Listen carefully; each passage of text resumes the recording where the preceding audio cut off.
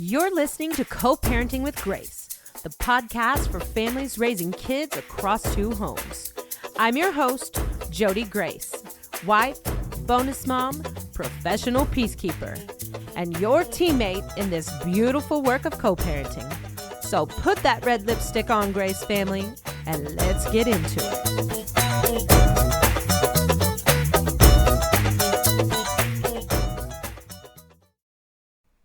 Welcome back to part 2 of our episode with therapist Greg Ferguson. We're going to jump right in where we left off and talk about reparenting yourself. So here we go. I want to start by talking about how no one comes out of childhood unscathed. We are talking today about you and your experience as a child. This doesn't mean you were mistreated, abused, or that we're telling you to cut your parents off. Though if that's a boundary you have created based on your own experience, power to you. You have to do what's best for you. But what we're talking about is the way your little self learned to survive in this big adult world. Every child perceives things differently, searching for danger. Our brains are designed to protect us all the time. They are looking to be hypervigilant, even when it's unnecessary. So if you're a parent of a grown child, this isn't the time to think about your own parenting and how you might have messed your kids up. Don't worry, we are all messing our kids up. This way there's people like Greg sitting with us today. But I want you to think about yourself. Think about 8 to 12-year-old you and how your underdeveloped mind learned to handle and process things that were thrown your way. This is where generational trauma comes from. When you don't question anything you were handed as a kid and you just take it and apply it directly to your own. So let's dive back in, get started. We talked last week about couples and marriages and how two people stay connected, repair. But let's today talk about us, individuals, who we show up as in those relationships, in our co-parenting dynamics, as mom, as dad, as stepmom, as stepdad.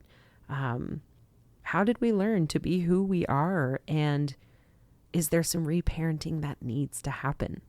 So, Greg, welcome back. And thanks again for opening up with us about this topic today. When I started planning for season 2, I took a poll from my listeners, my season 1 listeners, and this was by far the most requested topic. Reparenting yourself. So tell us, based on what you have learned through your work, how do early childhood experiences or family of origin patterns show up in adult relationships? Sure. And I'm going to add something to where you started just because I've had so many clients talk about it. Mm-hmm. When we think about 8 to 12-year-old us or 6 to 12-year-old us or whatever the age range is, we are always wrong. And what I mean by that is we think of ourselves always as wiser, smarter, more experienced. It is almost impossible to really understand how little sense the world made to you when you were 5. Right. And so the reason I say that, sometimes people are like, well, but at 7, I should have known that.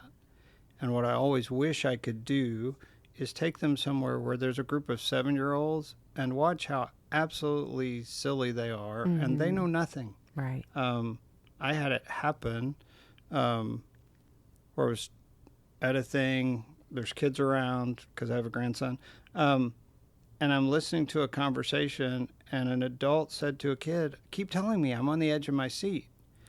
And the kid goes, well, you should scoot back and be because he didn't even know what the phrase meant. Yeah. And so we just forget how unaware, unwise, whatever we are as children. And so the reason I say that is, as we talk about this, I want people to be very aware that we always judge ourselves more harshly as kids because somehow we think we should have known more than any child is ever going to know at that age. Yeah, I think we automatically, I don't know, maybe not, we do now, but where does it kick in that we assign blame or shame to things? Shame is something that I have fought terribly.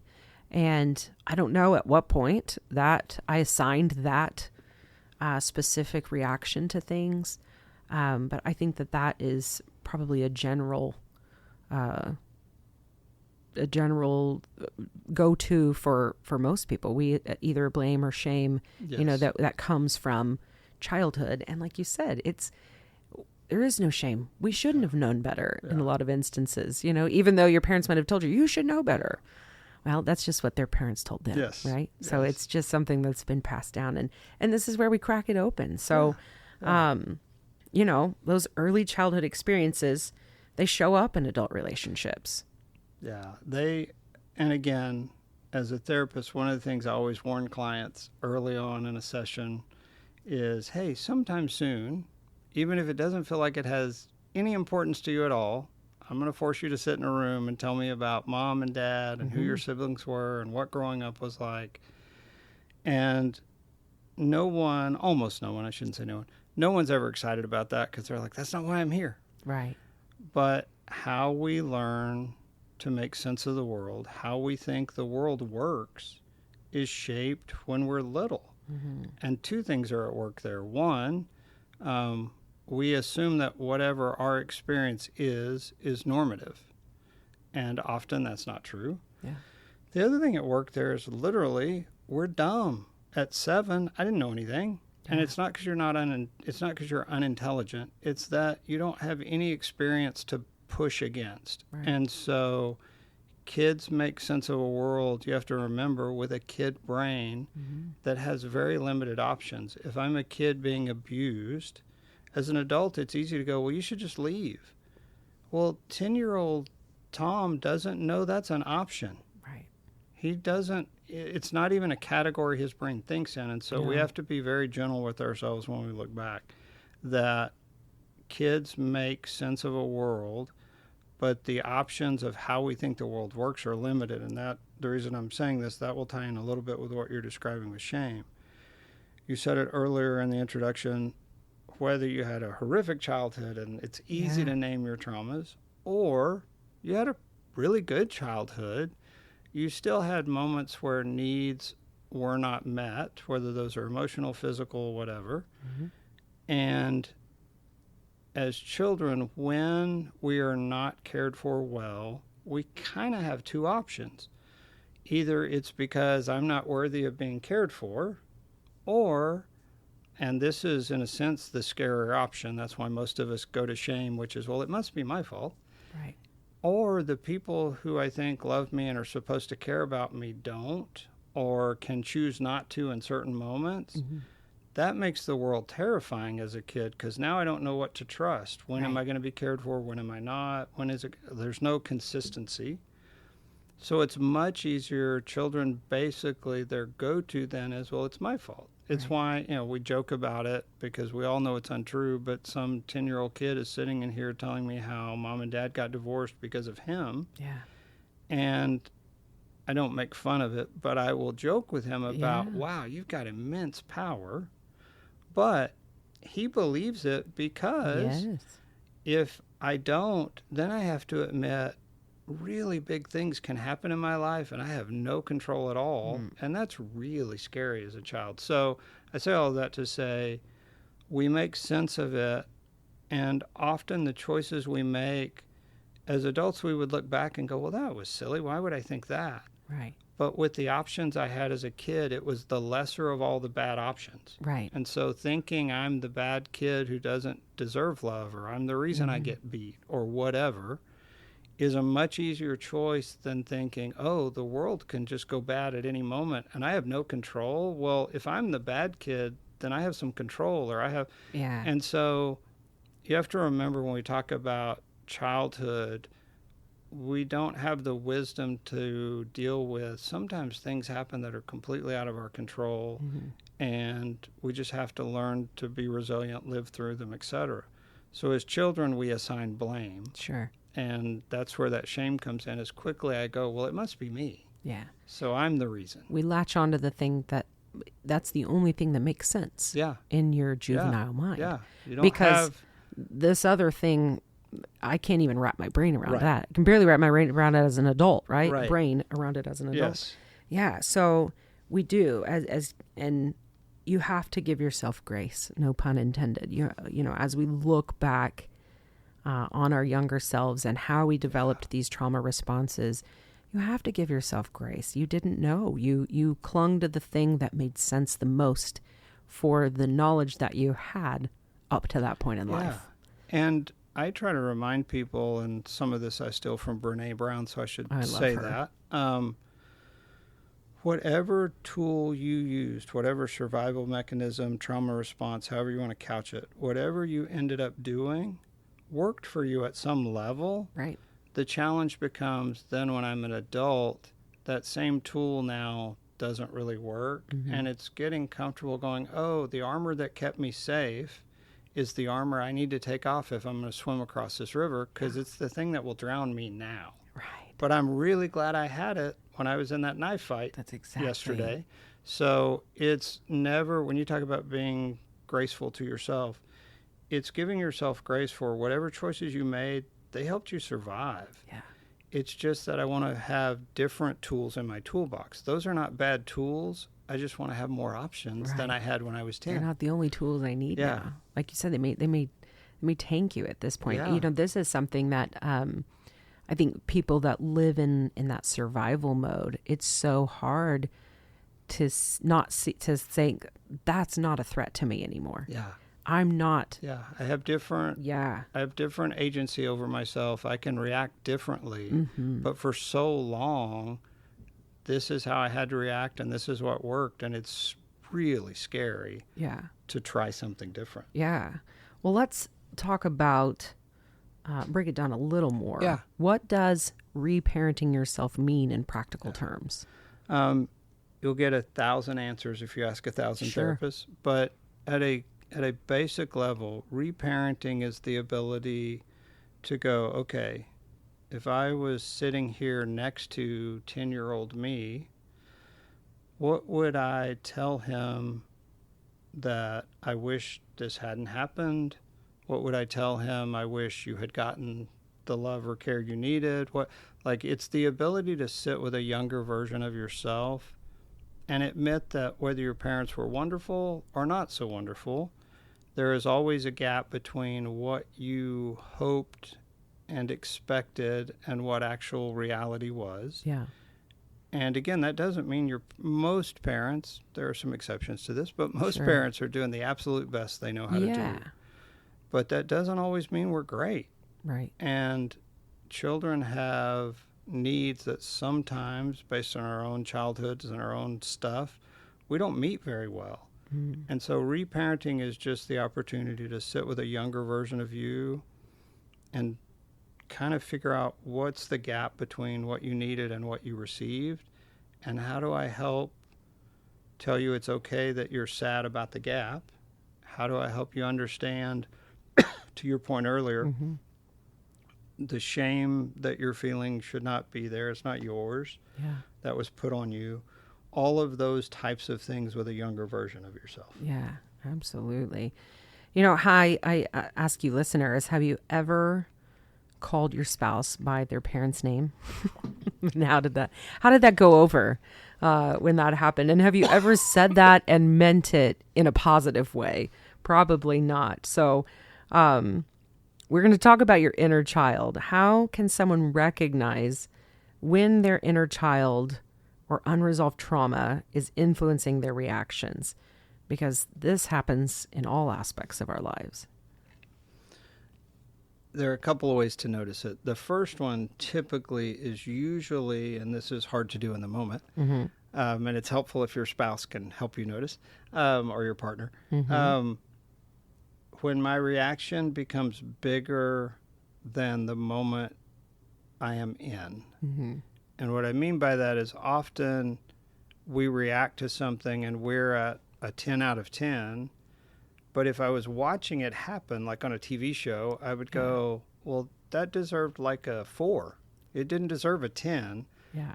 Anytime buttons are getting pushed, anytime childhood stuff is being brought up, it gets bigger quickly. Mm-hmm.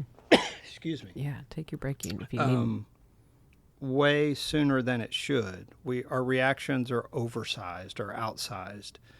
based on what actually happened. Mm-hmm. That's one clue. And then the other clue for most of us, and this is a different type of work, but it's being able to sit and go, if I can think about what I didn't get, what I missed out on, what makes me angry about childhood, any of those Mm-hmm. things, I can get to a place where I realize, oh, I still really feel bad about this, or I'm still upset about that.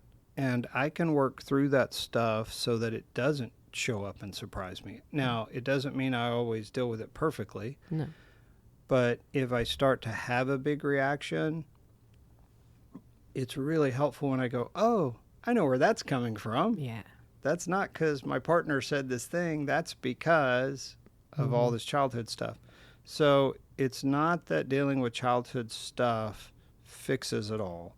It's that it makes me aware enough of it that I can go, oh, you said this thing and I got really mad, and it's really because of my childhood stuff and not because of you. So sorry about that. Let's have the actual conversation. Yeah. If I know what's happening to me, I have a lot of space then to make choices about how I react to it. Yeah. And you have to be willing to sit with yourself, sit with your thoughts, sit with your discomfort, and to learn where those things come from. You Yeah. have to be willing to do that. Well, if you want to work through it. And so much of it, and I don't know this whether this will apply to your listeners or not, Yeah. but I have people sit in this room sometimes and we're doing the exercise of tell me about your childhood. Mm-hmm. And they're describing things that are not okay and describing lots of them. Yeah. And I'm over here taking notes and I'm like, man, that's so hard and so heavy. Yeah. And they're telling me a story that has no emotion tied to it. No. Now, if they've done a lot of work around it, that's because they've let it go and they're healthy. Sure. But often I am surprised at people that just go, so yeah, that's it. And what they're describing is a lot of really bad stuff happened, but somehow I learned just to not think of it as very bad because that's how I'm dealing with it. But it still shows up in their daily lives a lot. And so one of the things we have challenges with as people is being able to go, oh, that wasn't okay. Yeah. And that doesn't mean my mom or dad was bad or evil, or it just means what happened to me was not okay. It's not okay. And I have to be able to, and I always talk about holding two things at the same time. I have to be able to really admit how big it was while also admitting it doesn't have control over me. Right. Like I think we minimize things because then we think somehow then I don't have to deal with it much. It doesn't have any control. Versus if I go, no, that was a horrific thing that happened to me. That was hellish. That shouldn't happen to anybody. And it's not happening today, and I'm going to make different choices. And it's being able to separate, but I have to honor both. Minimizing the pain or the hurt or neglect or any of it is not helpful. It's not a bad coping tool if you're a kid. It's not helpful as an adult. No. And often, this happens for a lot of clients, they feel really bad talking about it because it feels to them like now I'm saying my mom or dad was this bad person. And I don't think they're a bad person. I'm like, I don't think they're bad people. No. They also are human. They make mistakes. They were busy. A lot of times kids will go, well, this happened, that happened, whatever. And they know it's because my parents were both working and running here and there, and they had 6 kids. And like they were doing the absolute best they could. Mm-hmm. It's still okay to go, but man, that sucked for me. Right. I didn't get what I needed, or this bad thing happened and nobody seemed to care. Right. And you have to be able to not minimize the pain or the damage while also going, it's nobody's fault. Yeah. I'm not blaming mom or dad. They were, because I know as a parent, if you had my daughters in here, I'm sure they can tell you stuff I messed up on or ways they didn't get their needs met or whatever. Yeah. And it was never because I didn't want to. I'm a therapist. You know, I'm trying to be a great dad. Right. I'm just going to miss it. And so it's not that you're blaming your parents. So that's one of the things that gets in the way is people are like, well, I can't say I had a bad childhood. I'm like, I didn't say you. And I'm disrespecting my parents. Yeah. It's like, no, they did the best they could. And maybe you didn't get what you needed. Yeah, for sure. I think 2 things. What you say, I love the phrase, and I don't know who to attribute this to, but impact, no, intent doesn't erase impact. Yeah. And all of our, I'd say most parents Yes. mean well, Yes. right? They're doing the best they can. Yeah. They are humans with their own set of trauma responses. With all their own stuff. They are doing and making choices through the lens that they were given as a child. And that doesn't mean that we aren't allowed to be hurt by some of those decisions that were made. And Mom, if you're listening, Dad, if you're listening, I love you. You guys were great. That's not what I'm saying. It's, you can, we can all try our best. I do it now. Like you said, I know I have moments where I will have, reprimanded my kids or had to talk with them and think, God, I didn't handle that the way I should have or could have. And all you can do is try to do better. You have to look within, but you have to be able to recognize it. Yeah. You have to be able to recognize it. There was something else that you said there that was so good, such a gem. I think being able to sit with that discomfort of, I'm not blaming my parent. Yeah. I can say what happened to me was not good. It wasn't a good experience. It didn't feel good. But at the same time, I love you. I love that I wouldn't change that you were my parent. I wouldn't, being able to honor both things, being able to honor both feelings. Like I said in the last episode, I'm glad that you did that, husband of mine. I love that you did that. And that hurt my feelings, you know, and that's a really complex. Well, and so much of that with childhood especially is complicated because of where we started, which is as the child, you're making sense of some things without much context or wisdom. Yeah. And so often we're hurt by stuff because of the narrative we have around it. And even as adults, we go, oh, it makes a little more sense now. Yeah. But that doesn't take away the hurt because 10-year-old me didn't have the context. Yeah. And vice versa. Our parents don't always know how we interpret things, how we feel about things, etc. And so it's this really tough dance with each other.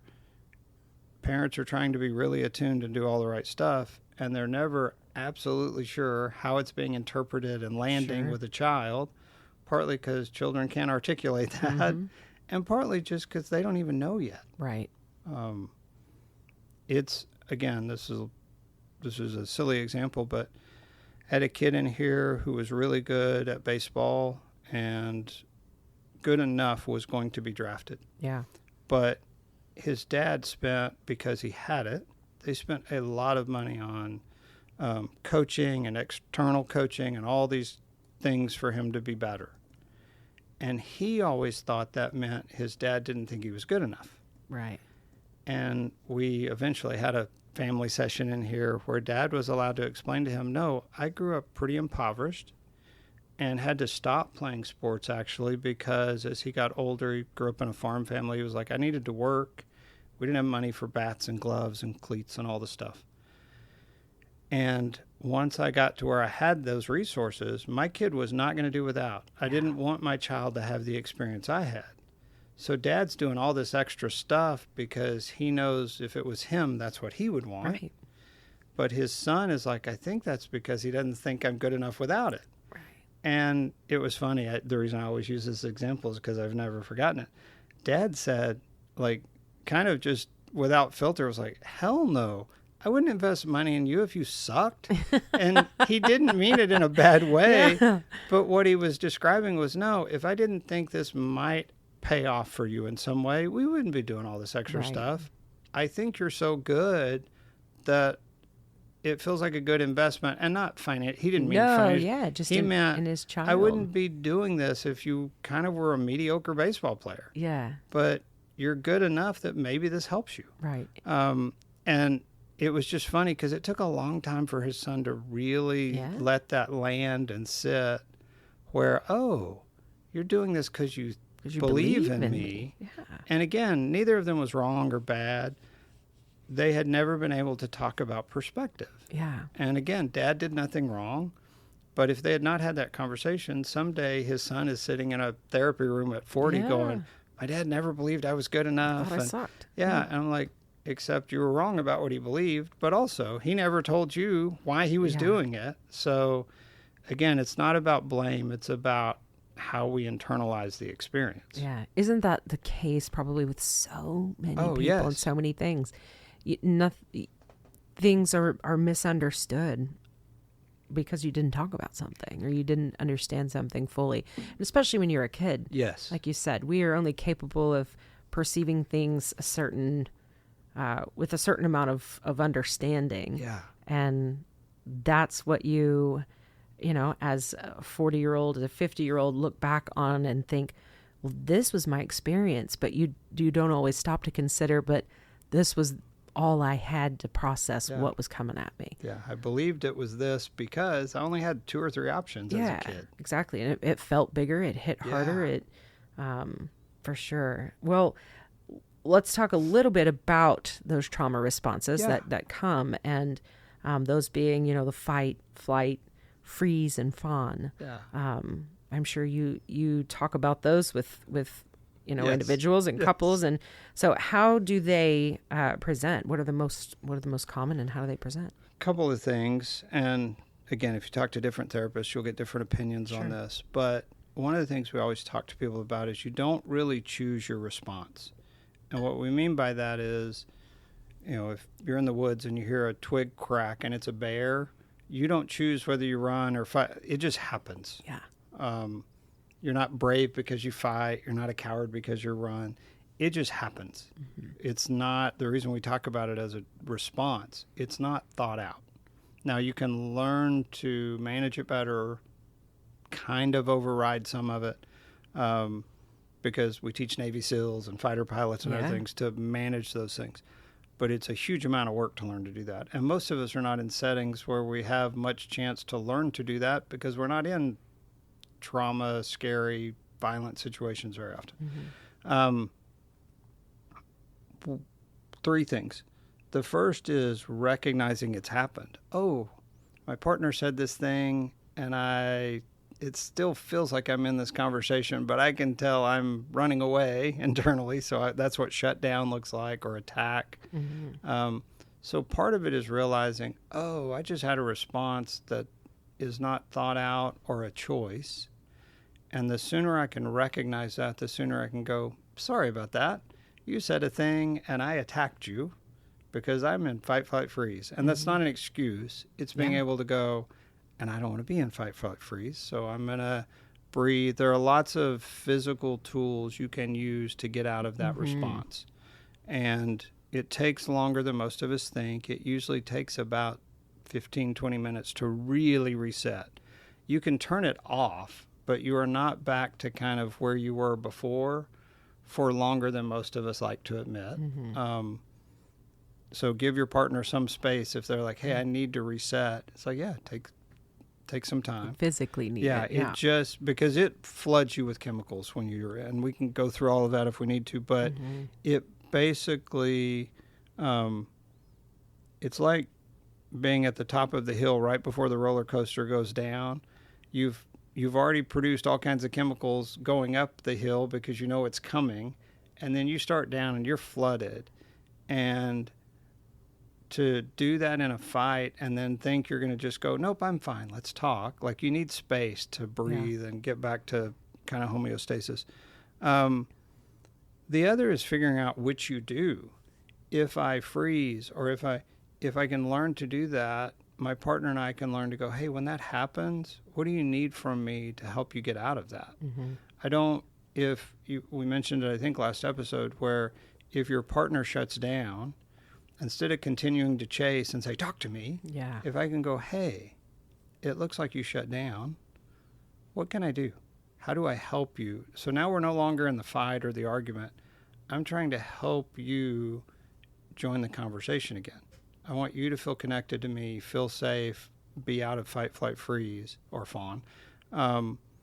Then we're caring for each other, and then we get back to the conversation. And lots of us don't like that because I want to have the conversation. Sure. But I have to be able to go, once my partner's in that, we're no longer doing anything productive. Right. And and again, this will sound silly, but the way to remember it is when that truly happens to a person, it was based historically on literally a threat to your life. So I'm running through the jungle and a lion is chasing me. Yeah. Basically, within a few minutes, I either got away or I was eaten. It's not some long-term thing. Yeah. So our bodies are not meant to live in that state. And so I have to help my partner settle, relax, get comfortable again. Then my brain comes back online. We know, again, this is a simplistic example, but if you were watching your brain when somebody goes into fight, flight, freeze, the prefrontal cortex is the part of your brain that does thinking, for lack of a better way to say it. It goes offline. You're only in survival mode. It is why for some of us, when you have an argument with somebody, you leave the room and you're kind of re-regulated and you think, oh, I should have said this. Even if it was really mean, it was a better comeback than I said, but my brain wasn't working. Like I didn't have all those clever responses when I'm in the fight because the thinking part of my brain was offline.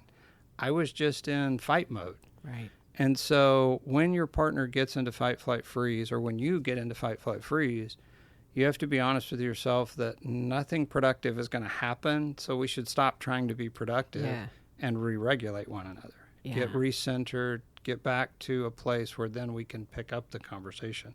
So many of us get in an argument. I can tell my partner's offline at this point, but I'm mad and I want to win. And so there's nothing productive that's going to happen. No. As opposed to being able to go, hey, the whole reason we're fighting is because I want to fix something. So first, let's re-regulate. How do I help you find balance again? And then we talk. Yeah, absolutely. But it's hard. Oh, man, it's hard. And it takes a lot of work. Like I said, work in therapy, work in meditating and sitting with yourself to know, okay, this is what fight, flight, freeze. This is what my survival mode feels like. This is what it looks like and feels like to me. Yeah, to be able to put that into words. That's something, my husband has done incredible work. I applaud him in the work that he's done to be able to verbalize, I'm feeling flooded. Yeah. I am not in a place to talk about this further. And I love that he can dictate that. There are moments I don't even, not until after the situation has passed do I go, oh, that's what I was doing. Yeah. I was, No, it's such an autonomic response. We're not always aware of it. No. But learning to go, oh, that's what's happening. Helps me catch it sooner, regulate sooner, and helps me go, hey, we can keep talking, but it's not going to be productive. Right. Keeps me from lighting bombs and throwing them at people. Yeah. Because that's what your mouth can get you into that trouble if it's not thinking properly, if your prefrontal cortex is offline. Yes. So with that, sometimes I can get mad, at my husband, at my kids, and feel like they're doing something to me, or the way they've said something, I've taken it a certain way. I'm hearing it a certain way. And my husband has definitely said, you're misunderstanding me. You're taking that wrong just because that's how maybe X or Y said that to you, or A or Z, whomever. It doesn't mean that's how I'm meaning it. How can someone differentiate between a current conflict and an old wound being reopened? Yeah. Couple of, again, simple answers is, and I said this earlier, it is recognizing when it gets way outsized. So your husband says something to you, and all at once you're big and hurt, and the emotion's all there. And he's able to go, whoa, whatever I said probably shouldn't have gotten that response. It's the ability to go, oh, okay, internally for me, where did that come from? Yeah. And often it's childhood wounding. And then I'm allowed to go, well, why? There's a lot of work in figuring out, why do I react the way I do? And it's not just because it's easy to go, well, my mom used to say it that way, or my dad used. It's the ability to go, but why does that bother me? Yeah. It's figuring out the entire story in my head of, oh, when they said this, or when I was told that, here's what it meant. Here's the bad things that happened because of that. And so when your partner says it or does something similar, your brain goes to, here's all the bad things that are going to happen. Right. And they're two very different situations, but your brain doesn't always distinguish that. Yeah. And so a lot of it's recognize if my reactions are oversized. The other is just, and again, I'm biased. I think we all should be in therapy, but it's easy to say that because people have to pay me to come to do therapy. It's being able to sit with somebody, and you can do this with friends and others, doesn't have to be a therapist, and explore those places of, man, it feels like, and one of the ways I do it with people at times is, what are your big fears? I had a couple in here this morning, and he grew up, he's ADHD, he was dyslexic, like a lot of stuff. Yeah. And so he grew up with the idea, I am always going to mess up. Everything I did, somebody was telling me how I did it wrong. Right. And so that shows up in their fights. Yeah. Even though they're both adults, when she says, I didn't like that, or his brain goes to, yep, I'm always... You're that 10-year-old kid. Yeah, I'm always a screw up. I'm always going to do it wrong. And because of that, nobody's ever really going to love me and all this stuff. And he had to do enough work individually to go, wait, that story's not true. Is it true I messed up a lot as a kid? Yes, but it doesn't mean I'm not lovable. Is it true that I'm going to annoy my wife sometimes because I mess up? Yes. Yeah. Doesn't mean she doesn't love me. So it's being able to sit with someone and go, what are my fears, but what are they based in? Because his base fear is, I'm never going to be good enough, and everybody's always going to leave me or whatever. Yeah. And he had to get comfortable going, that's not true. Yeah. So when that story shows up in his head, he's like, no, that's a lie. Now, does it mean I don't mess up? No. Does it mean I'm not going to disappoint my wife? No. Right. It doesn't mean I will always do it. And it doesn't mean she doesn't love me when I do it. Yeah. And so we tell ourselves these stories as kids that are absolutes. Mm-hmm. And part of doing the work as an adult is to go, oh, part of that story is true. Like he acknowledges clearly, yeah, I screwed up all the time as a kid. I didn't turn stuff in and I couldn't read. And like none of that wasn't true. None of it has to do with me being lovable. Right. Because they have, one of the easy things was I was like, well, you have a kid. If he can't read very well, do you stop loving him? And he's like, well, of course not. Absolutely I'm like, not. well, but you think you're unlovable because when you were 10, and so it's the ability to remind ourselves stories are partially true. Right. You can be, because we had this discussion this morning, you could mess up enough in big enough ways that your wife decides, I don't want to be with you. Now, he's not, but just in theory. Yeah. I was like, but I think you would be aware that you were getting there long before it happened. Like, she's not going to walk in someday and go, well, I'm done. Because you left your shoes on the floor. It's this thing of being aware that, no, I can mess up enough that somebody might leave me. But I think I would know that I've messed up a ton. Right. And I'm working not to. Versus his brain goes, no, if you mess up, the next time it's over. And so it's getting comfortable going, all of our stories are partially true, for lack of a better way to say it. They're just not absolutes. Right. And if I can build that space in, then it's easier when she is frustrated with him. He can go, hey, I'm sorry about that. Yeah. Yeah, I know that annoyed you, and I need to do better. Because if I'm worried if I admit it, you're going to leave me, then I'm never going to admit it. Mm-hmm. But if I can go, no, I want to do better too. Sorry about that.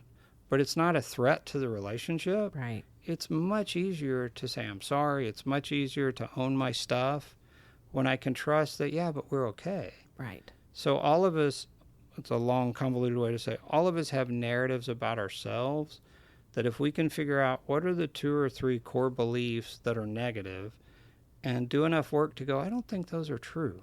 Yeah. Then we're freed to not get wrapped up in them when those buttons are pushed. Yeah, I think you have to challenge yourself. Yes. Challenge what you believe. And I'm not saying gaslight, you know, 10-year-old you. Right. Not that, but you have to, because we do believe things in absolutes as a child. Yeah. And knowing what you know as an adult, you know that's not true. Right. You know that's not true. It's that everything isn't just black and white, and everything isn't yes or no. Yeah. There's rarely are things absolutes. And it's being, I call it making friends with all the pieces of us. And I know it'll sound crazy, but we I all love have that. millions of stories going on in our heads. If your mom or dad left when you're 10, of course you believe that people who say they love you will leave. To your point, as you get older, you go, but not everybody, and not all the time, and it doesn't have to happen. And you're also allowed to go, but when that voice in my head pops up like, oh, they're going to leave, you have to be able to go, no, I'm glad that guy's in there because they could leave. Yeah. I don't want to assume nobody ever leaves. Yeah. But I want to go, but it's pretty rare and it shouldn't happen. And I don't think this person's leaving. Like, it's being able to honor that you're allowed to worry about that thing. It's a valid fear because it's possible. It's just highly improbable. And so it's being able to hold both, where you acknowledge the fear, but you acknowledge how improbable that fear is. Yeah. Yeah. You're not trying to get rid of that person because, I don't want to live in a world where no matter what I do, nobody will ever leave me. Well, that's not true. But I have to be able to go, but people who are in my circle who really love me don't leave me without warning. Right. Like, I'd have to mess up a lot. Right. I'd know they're about to leave. Yeah. It's not as common as I thought. Yeah, not everybody's leaving. Yeah, exactly. Well, I think as an adult, we have to realize that we have a choice now as an adult. We can take the reins, or I continue to let little Jody drive the car. Is that the safe thing to do? Little Jody, who didn't know what I know now, who didn't understand things the way that I do now. So what steps can individuals take to begin healing those recurring triggers?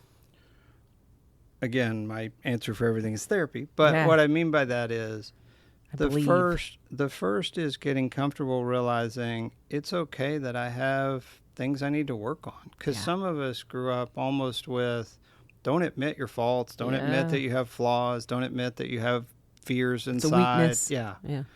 And so we almost live in this pretend state. And so part of it, and people can do this without therapy at all, it's sitting with yourself enough to go, what do I think about me? And what are the things I think I'm good at? What are the things I really worry about? What are the things that happened as a child that left me thinking certain things? But also, I'm a big believer doing that with a therapist or a counselor allows you to really hone in on what are the stories I want to change? Yeah. You're not going to change your childhood. You're not going to go back and change what actually happened, but you can give yourself permission to go, oh, that happened, but it doesn't have near the impact on me now because I've decided I'm not going to let it. Right. This is a simple example and it's ugly, but being beaten as a kid doesn't mean I have to beat my children. But I have to recognize, oh, I learned that some parents handle problems by beating you.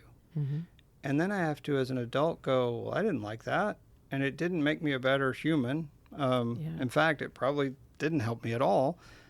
It's the ability to go, so how much power do I want that to have over my life? And then I'm going to do the work so that it doesn't have power. It still has an impact because it happened, but it doesn't mean I recreated. It doesn't mean I think it was my fault. It doesn't, it's being able to put things in a place where you go, that's now a story that happened, but it's not my story. Yeah. And it's a chapter in my book, but there's been other chapters written since then where now I do things differently because of the work I did. And part of taking power back in any time somebody's kind of been violated in any way is doing the work enough to go, so that doesn't really impact my life moving forward. And that's not to minimize it or act like it didn't happen. Right. When I say it doesn't impact me, it's that it doesn't factor into how I make decisions. Right. You can use your and in that same way. Yeah. This event did happen to me when I was young, Yeah. whether that was abuse or, something of the sort. And it doesn't have to affect me any longer. It's not how I parent. It doesn't affect my relationship because I've made sense of why it happened. I understand some of the context, etc. And that it wasn't none me. of it's about me. Yeah, it wasn't me. For sure. Like I said, I have done a lot of work around my own triggers, my own insecurities. And false narratives is something that I struggled with a lot. I could convince myself, have full conversations about what somebody was probably thinking Yes. that wasn't rooted in any kind of truth. And for me, just to pass along what has helped me, is don't cuddle with those feelings. Yeah. You're allowed to feel them.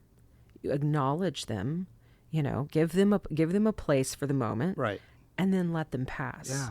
Don't hold on to and snuggle with and make it part of, that's just who I am. Yeah. It's not who I am. Yeah. That thing happened to me, or that made me feel like this. I don't have to live in that space. Right. I acknowledge that it happened. I can feel sorry for myself even if I need to do that, but then I can let go of it. Yeah. I don't have to continue to drag it into the next chapter or drag it into tomorrow even. Yeah. I also,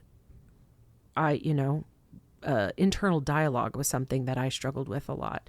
You're fat, you're ugly, you're all those things you tell yourself. All the things that nobody will love you. Yeah. Yeah. And they all tie to, for most of us, some wound that happened where somebody did tell me that, or somebody acted in a way that I thought was because of that. Made me feel that way. Yeah. And then I believed it. And so now I believe it, versus realizing, however they reacted, even if they said the thing, that came from a place in them. Yeah. It's not really about me. Yeah. And this will sound silly, but I always tell people, if you're watching a TV show, and I always use Friends because I'm old, but if you were watching that show and one of the characters is talking, I could pretty closely tell you what the other character is going to say in response because you know who they are. I'm like, you have to almost think of your life that way where, if I knew who this person was, I would know why they told me I was fat or ugly or this. And it has nothing to do with me. Yeah. It's who they are and all their experiences and all that stuff. Yeah. And so, most of the narratives we have, and again, this comes from childhood, and it's healthy as a child, you do think the world revolves around you. You're supposed to. But it's hard to turn that off, even though we know in our brains that's not true as adults. Yeah. When people say or do things to us, we assume it's about us. Yeah. I spend a lot of time in this room with people who are dating, and somebody doesn't want to date them anymore. Yeah. And of course we take that personally. But I remind them, and again, it's the easiest thing to say when I'm not the one going through it, so I admit that. Sure. But the person not picking you didn't pick you because of you. They have a specific thing they're looking for, and you're not it. That has no judgment about you at all. And this is a horrible example or analogy, but I always remind them, if I have 4 or 5 kids and I go to a car lot and I'm looking for a minivan or an SUV, it doesn't matter how cool that convertible 2-seat car is. I'm not buying it because it doesn't solve the problem I need, and vice versa. If I'm single and I want that cool convertible, no matter how wonderful that minivan is, I don't want it. It's not, But it has nothing to do with the value of the vehicles. It has to do with what I want. Yeah. And again, that's always going to hurt at some level because we all are the 10-year-old kid that wants to be chosen on the playground. But when we're not chosen, it almost never is really about us. Right. But that's hard to remind yourself. Yeah, it is. I wrote down on paper, and I don't remember if it was you that told me to do this or if I read it somewhere, but on a piece of paper, I made a column of true and untrue. Yeah. And I would write down, based on the thoughts in my head, what is true? What can I put in this true column? And what can I write that in my heart I know is untrue? Right. I know is a false But it shows narrative. up in my head a lot. It does. And over time, I can revisit that list and say, okay, this was in the true column, but is that really true? Yeah. No, it's not. So maybe that's a place to start. If you're just looking for, where the heck do I even start? Absolutely. Start with that. Start with, I'm a big believer in getting things out of your body. What do I believe about me? And if I can write it down, it's what you said earlier. It's the ability to go, wait, that's not always true. Or that, anger is an easy one for people to go, I think I have an anger problem. I'm angry, Like, well, sometimes, but not all the time. And it doesn't mean they don't need to work on it, but if I think I'm just angry all the time, that's different than going, oh, sometimes I overreact, and, and I need to manage that, but it's not true that I'm just this rage-filled person. Yeah. So, yeah, it's absolutely healthy to go, wait, what are the things I believe that aren't true or are only partially true? The other piece of that, sometimes it's helpful for people, is the ability to go, where did I learn that? Because often those were given to us somewhere. They didn't come from us. Yeah. Like, where did I learn that it's, you know, I wasn't pretty enough or smart enough? Or because often we're like, well, wait. The example I use always, and I forget which one it was. I want to say from Facebook, but I don't know. They're in an entry-level class at Harvard. Mm-hmm. And it's a math class, fairly important math class, and they're all talking to one another, and what they all recognize is, oh, I was the valedictorian or salutatorian in my high school. I was the smartest person there. And now I'm in a room with 50 people, and I could be the dumbest person in this room, but that doesn't make me dumb. No. That means in this particular subset of people, I may not be the smartest, but it's a sliding scale. It is. And we often as kids pick up things that we believe about us where it's like, even if it was true in that moment, it may not be true now. Right. And so it's helpful to go, wait, what do I believe about me and where did I learn that? And is it true? Right. The other, and it's what you were pointing out about internal dialogue, so this is a tool people can use as well. Mm-hmm. It's the ability to wait. If this was a real person and he or she was following me around and saying this stuff, how long would it be before I punched them? Yeah. Because at some point, I would be like, please go away because you are not helpful. Yeah. And so it is the ability, if nothing else, just hear it and realize, oh, I've got this person in my head who's really critical of me. Now, and again, I try to make friends with all the people on the bus. That's right. It's okay to go, I don't want that person to go away because I want a little bit of a critic because that helps me be better. Mm-hmm. It's just that my critic, is really loud and talks all the time. Yeah. And I don't hear from the person that goes, good job. And I don't hear from the person saying, you did that well today. So it's not that I want to get rid of the critic. It's that I want to hear it enough to go, okay, gotcha. Go away now. Sit down and let somebody else talk. And you kind of have to cultivate that. You have to work on being compassionate to yourself. But one of the first steps is just realizing, oh, that's just the guy in my head, and he's not always helpful. Right. He's not a bad guy. He's just not helpful. I love that imagery. You have this bus of people in your head. You do. And everybody got on that bus because at one point they served a purpose. They were helpful, yes. Yeah. But that doesn't mean that they get to be the guest speaker the entire bus ride. They're not leading the tour, right? No, the guy on there that wants to fight everybody anytime he's offended, I'm glad, if somebody was attacking my family or whatever, I want that guy to show, if they drop me in a war zone, I want that guy to show up. Yeah. But I don't need that guy to show up when somebody takes my parking space at Target. Yeah. Like that guy's not helpful without context. Yeah. And most of us are hearing from people outside of where they're helpful. Yeah. Gosh, that's the most satisfying imagery for me right now. Thinking about all the people on my bus. Well, and again, one of the crazy tools I try to use with people is name them all. Like I have angry this guy and this, like I give them names because the more they're real, which I know sounds insane, but the more I can make them real in my head, then when I hear from them, it's easier to go, oh yeah, that's Bob who complains about everything. Yeah. Go sit down. See, babe, these are my personalities. I'm allowed to have them. Yes, you're allowed to have way more people in your head. Name them all. Yes. Yes. Well, I'm going to shift just a little bit and talk about, emotional injuries, I guess. I used to want my husband to be responsible for my emotional warfare too. And I used to be offended when he didn't know how to carry that with me, because I carried it for him, right? Yeah. But I have learned through my own healing that I didn't have to carry his, and he is not required to carry mine. Right. I can love him, support him, and not carry his emotional trauma for him. And same goes. I don't need him to get through mine. So support, though, is necessary for Yes. that healing, especially in a partnership when you've committed to a partnership. But Yes. what helps partners support each other without becoming responsible for the other's emotional injuries? Yeah. Three things. And again, if I only say two, remind me I said Yeah. three. But the first one is what you just described. It's being able to first go, oh, part of me really wants to take on their emotional, and I want to cure it and fix it and be the hero of their story and all this stuff. So the first thing, because most of us really desperately want to help our partner. Yeah. And so we almost over empathize and enter their story in a way that's not helpful. Mm-hmm. And it comes from a place of love and care. So again, if you're listening and you do that, there's nothing wrong with it. Ding, ding, ding. It's That's me. just not productive. Yeah. Because you can't fix another person. No. They have to do the work.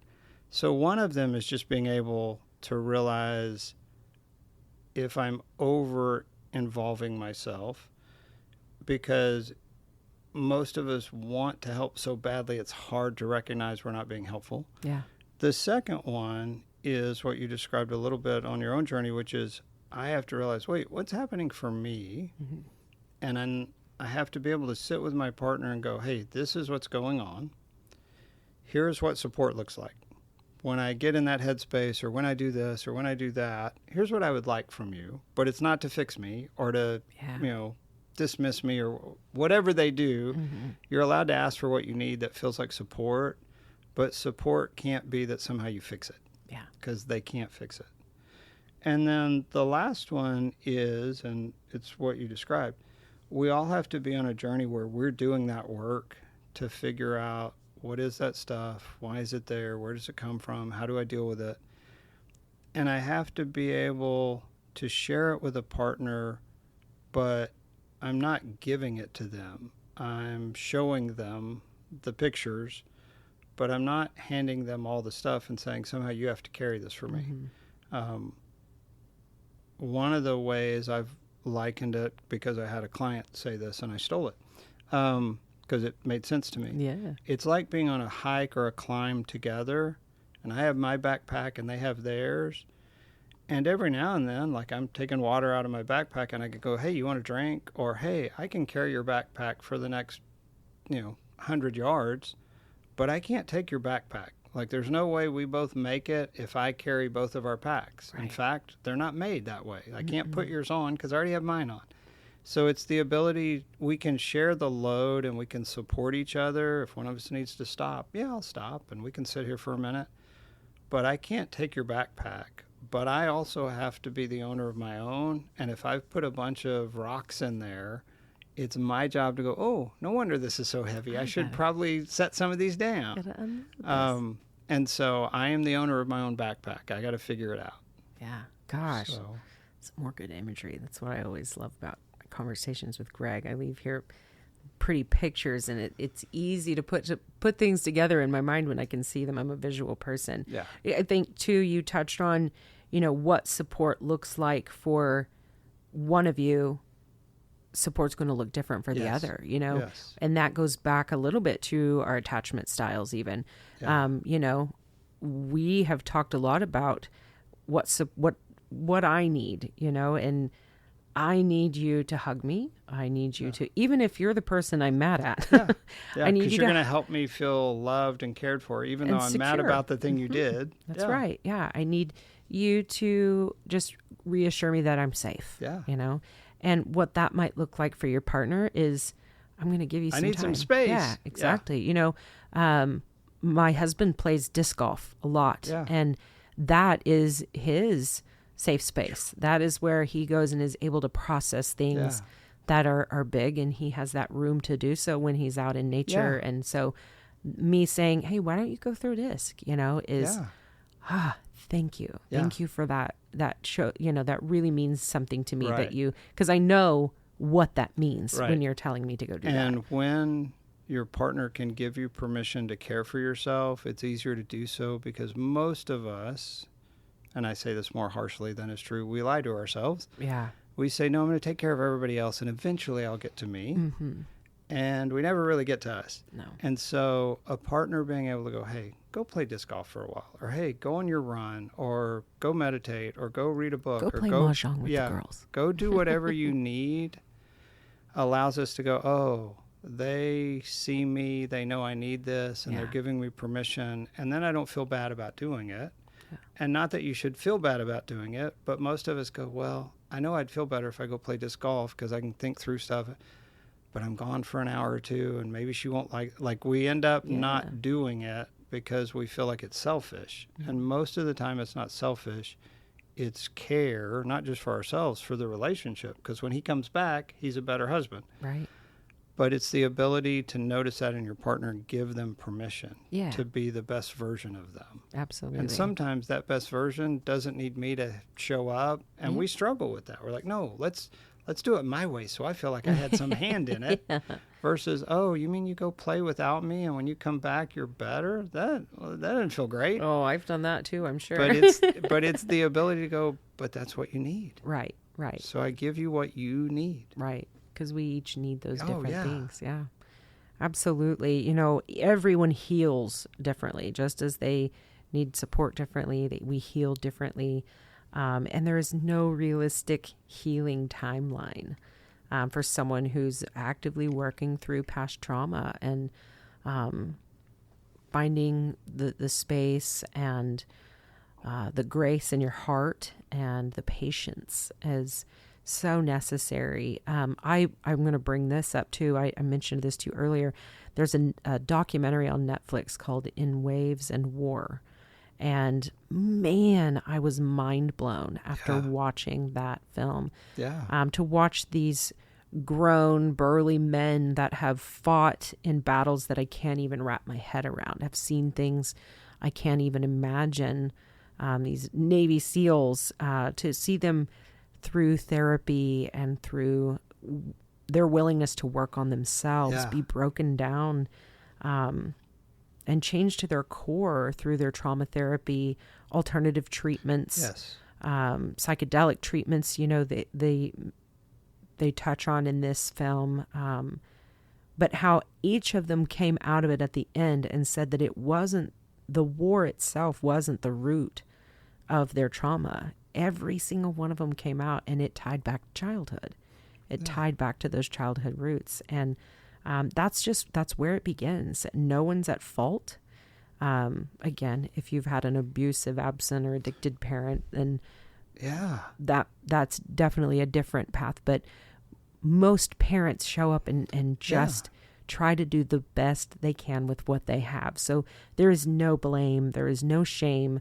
But as an adult, as a grown adult, you have a responsibility to challenge your own thought process, to challenge the way your thought process around the way you were raised. But childhood trauma is something that every human being will have on differing levels. So just talking about it, sitting here today with you and being able to talk about this, I hope opens a door for someone that hasn't allowed themselves to say that wasn't right. What happened? It wasn't okay. Yeah, you can still love your parents and say that very much. Yes. And well, there's enormous power in admitting something was not okay, and I don't have to blame anybody for it because sometimes there isn't a blame; it just happens. Right. But until I can say it wasn't okay, then I'm not honoring it enough to say, so it should take some work to fix it. Mm-hmm. If I don't think of it as big, then I don't do it a service by going, oh, so that's going to show up in my life, so I need to do some work around it. Yeah. I think too that, you know, just as we were touching on that people heal differently, and this one's a big one for me. We talked about it at the end of last episode, is emotional safety. And what strategies help couples, individuals create emotional safety in their relationships, their partnerships, while both people are still healing, still working. I always joke with the couples I see and the individuals I see, because I say this line over and over, and I'm sure I annoy them with it, but it's the ability to, in a sense, go, hey, we're on a journey. We're on a process. Bear with me. Yeah. And you create emotional safety by saying more words. And what I mean by that is, hey, here's what I'm dealing with. And again, it's way more than one conversation, but here's what I'm dealing with. Here's where I am in my journey. I know sometimes that's going to be annoying, or sometimes my buttons will get pushed and I'm working on it, but I haven't fixed it yet.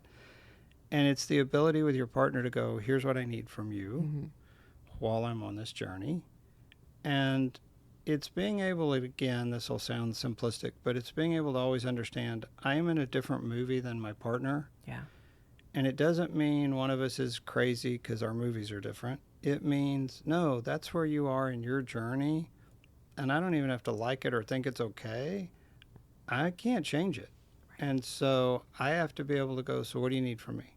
I may still get mad that that button got pushed and you did this thing or whatever. I don't have to love where you are.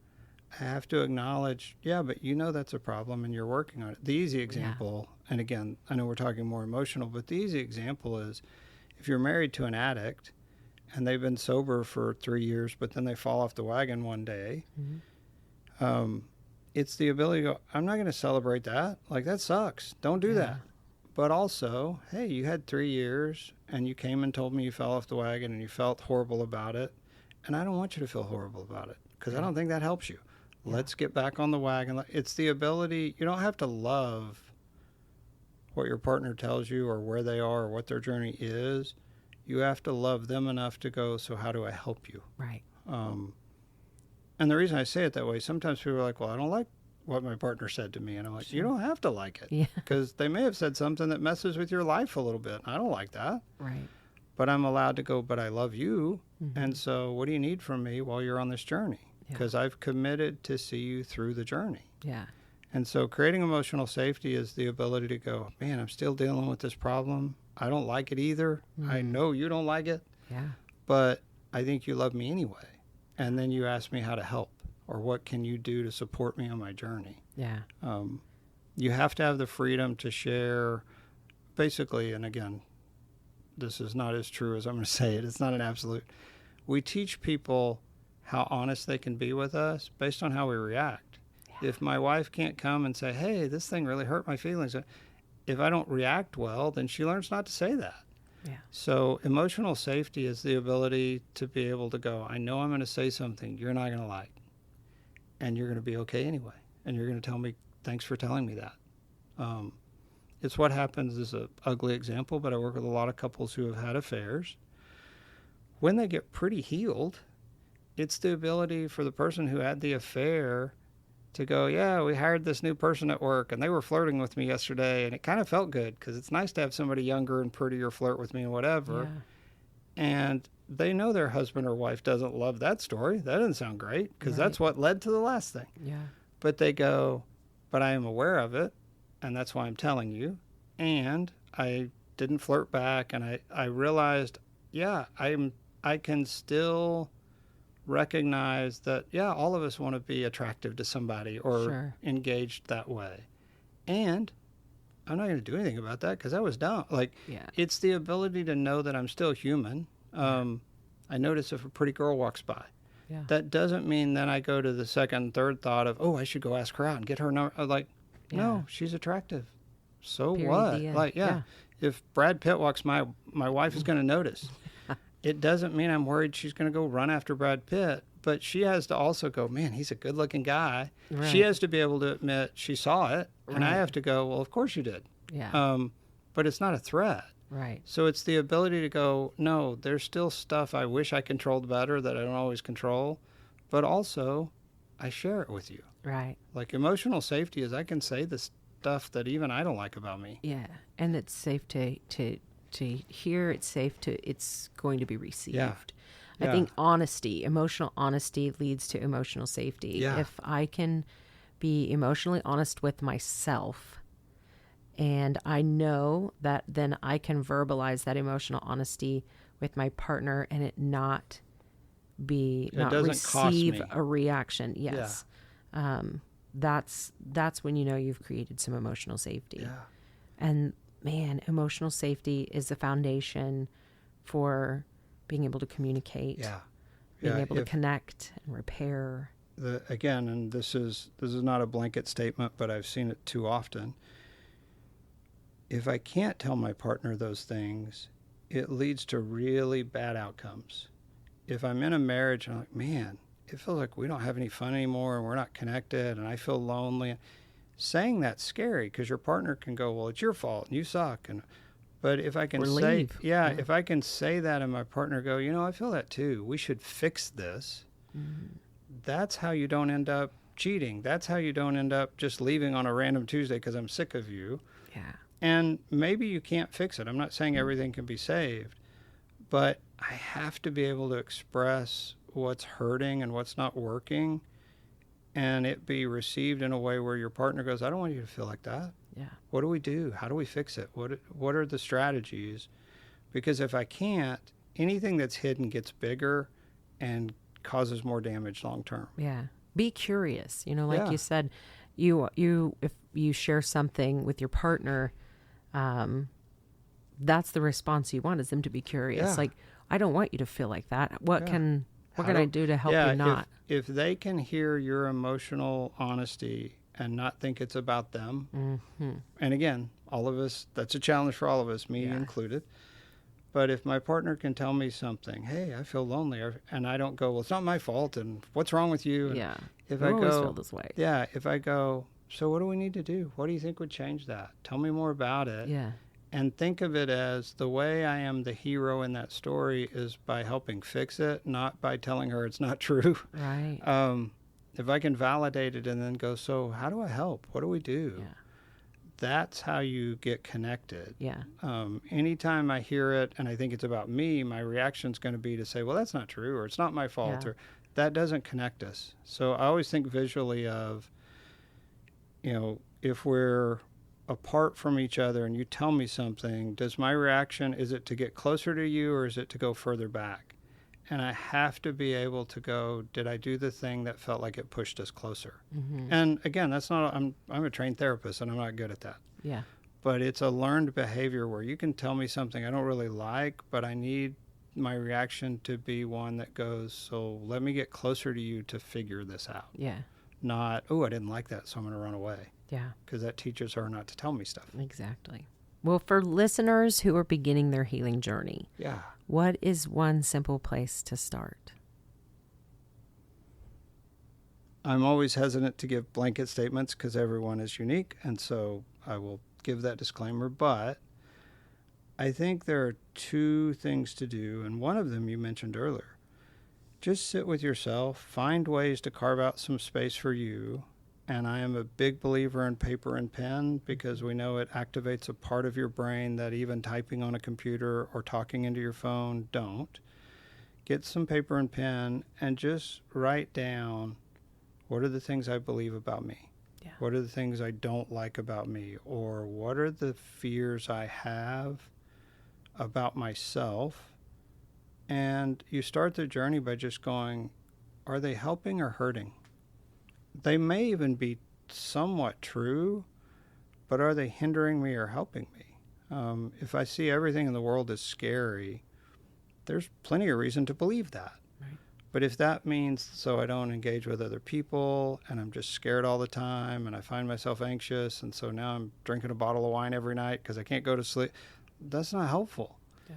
So it doesn't have to be whether it's true or not. Part of healing is going, I just want to get out in front of me.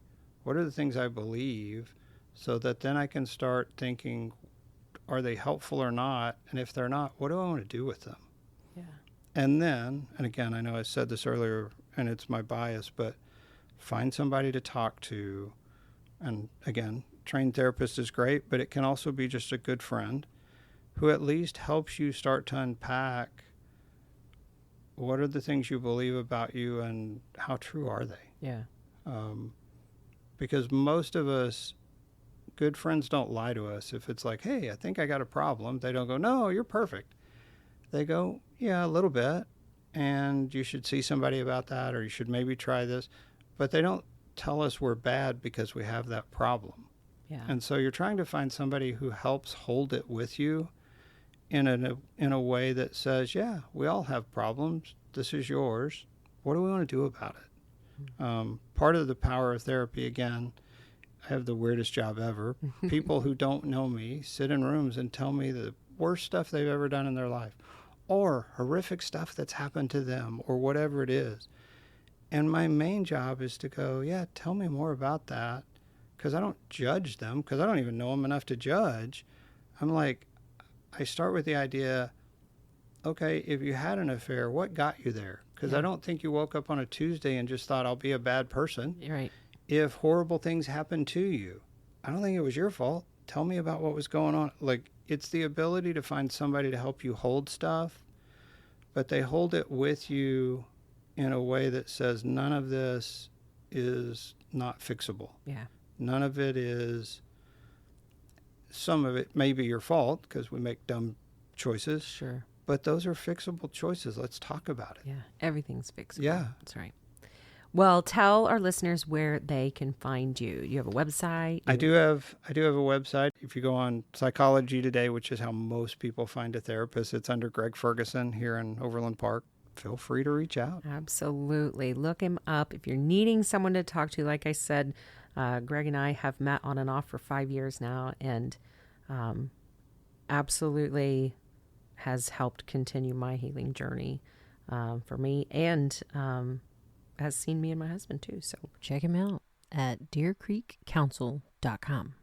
Guys, thank you so much for tuning in today. I hope this conversation was as beneficial for you as it was for me. Again, some of this stuff that I've been working on to revisit it is just always helpful. So take a minute, sit with your little self. Put your arm around young you. I put my arm around little Jody all the time and say, hey, I'm here. You don't have to figure this out by yourself. I have the tools now. So take care of yourself. Give yourself some time and space to heal and the tools to succeed, to be a wonderful parent, to be a wonderful partner. Most of all, be good for yourself. So, as I always say, you are doing better than you think. So, this is Jody Grace, and you're listening to Co-Parenting with Grace.